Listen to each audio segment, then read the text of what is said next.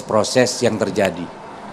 Soal apakah nanti ada kebenaran dalam tuduhan Rocky atau ada kebenaran atas keberatan masyarakat yang melapor, biarlah hukum yang berbicara itu. Kalau menurut saya tidak tertarik di sana.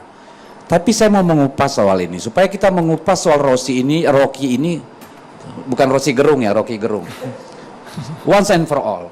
Pertama, siapa dia? Kan kita harus tahu dulu ini barang. Sebagi saya, Rocky itu adalah seorang pedagang. Dagangannya apa? Dagangannya kata-kata. Ya.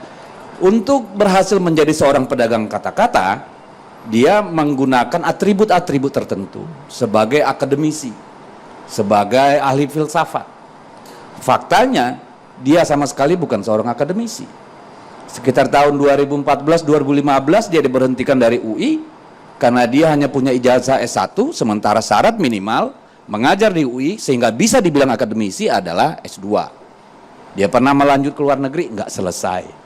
Jadi kita harus hilangkan dulu kesan atau framing bahwa namanya Rocky Gerung itu adalah akademisi. Tidak, baik secara formal maupun informal. Korelasinya apa, Bang? Dengar dulu, kan kita mau mengetahui dulu nih duduk perkara, kan untuk mengetahui alasan di belakang kenapa ini terjadi, implikasinya, kan kita harus tahu dulu siapa yang kita bicarakan ini. Jadi saya melihat, saya terus terang, saya sudah lama kenal Rocky, setidaknya bukan secara pribadi, tapi sering berinteraksi dari zaman Orde Baru.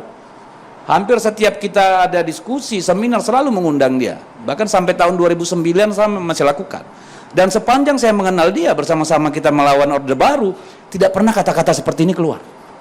Terhadap Soeharto yang menghilangkan begitu banyak nyawa orang, menghabisi sumber daya alam kita, mengekang demokrasi, nggak pernah kata-kata kayak begini keluar. Sesuatu yang cerdas.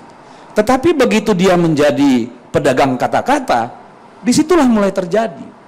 Menurut saya, dia kehilangan entitas intelektualnya. Kalau kita mau memungut kata-kata Antonio Gramsci, inilah yang disebut dengan intelektual anorganik, intelektual tukang, yang bekerja berdasarkan pesanan. Kenapa? Karena dia hanya menyerang satu pihak secara konsisten, yaitu pemerintah.